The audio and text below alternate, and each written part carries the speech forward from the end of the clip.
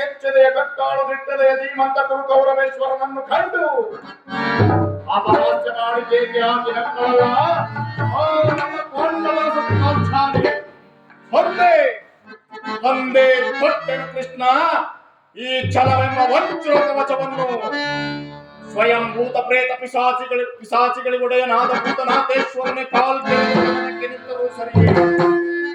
ಸ್ವಯಂ ಖಚಿತವಾದ ಈ ನಂತರ ಸಿಂಹಾಸನವೇ ರಕ್ತದ ಕೋಡಿಯಲ್ಲಿ ಕೊಚ್ಚಿ ಹೋದರೂ ಸರಿಯೇ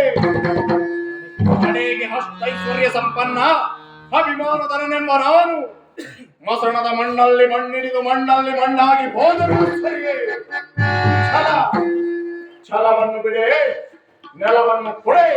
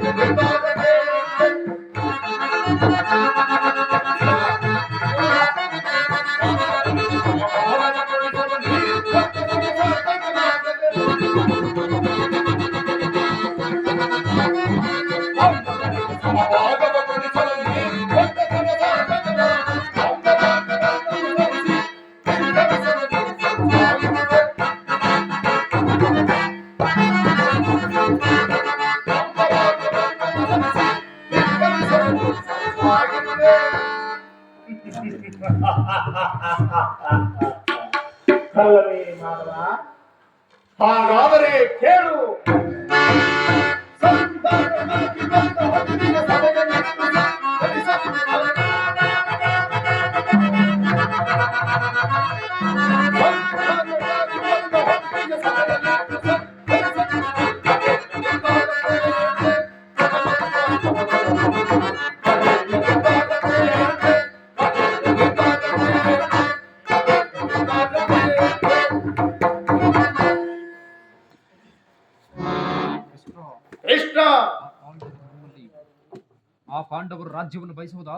ಪಾಂಡವರು ರಾಜ್ಯವನ್ನು ಬಯಸುವುದಾದರೆ ಅದು ದೊರಕುವುದು ರಣರಂಗದಲ್ಲಿ ಶಸ್ತ್ರಾಸ್ತ್ರಗಳ ಸ್ಪರ್ಶ ಸ್ಪಂದನದಲ್ಲಿ ಸಂಧಾನದಿಂದೆಂದಿಗೂ ರಾಜ್ಯ ದೊರಕುವುದಿಲ್ಲ ಕೃಷ್ಣ ಛಲ ತೊಟ್ಟು ಮಾಡುವೆನು ಯುದ್ಧ ಖಡ ಖಂಡಿತ ಸತ್ತರೆ ಸಾಯುಜ್ಯ ಬದುಕಿದರೆ ಅಖಂಡ ಸಾಮ್ರಾಜ್ಯ ಇದಲ್ಲದೆ ಇದಾಗದೆ ಛಲವನ್ನು ಬಿಡುವುದಿಲ್ಲ ನೆಲವನ್ನು ಕೊಡುವುದಿಲ್ಲ ಹೋಗು ಕೃಷ್ಣ ಹೋಗು ಸಂಗ್ರಾಮಕ್ಕೆ ಹಣಿ ಮಾಡುವಂತೆ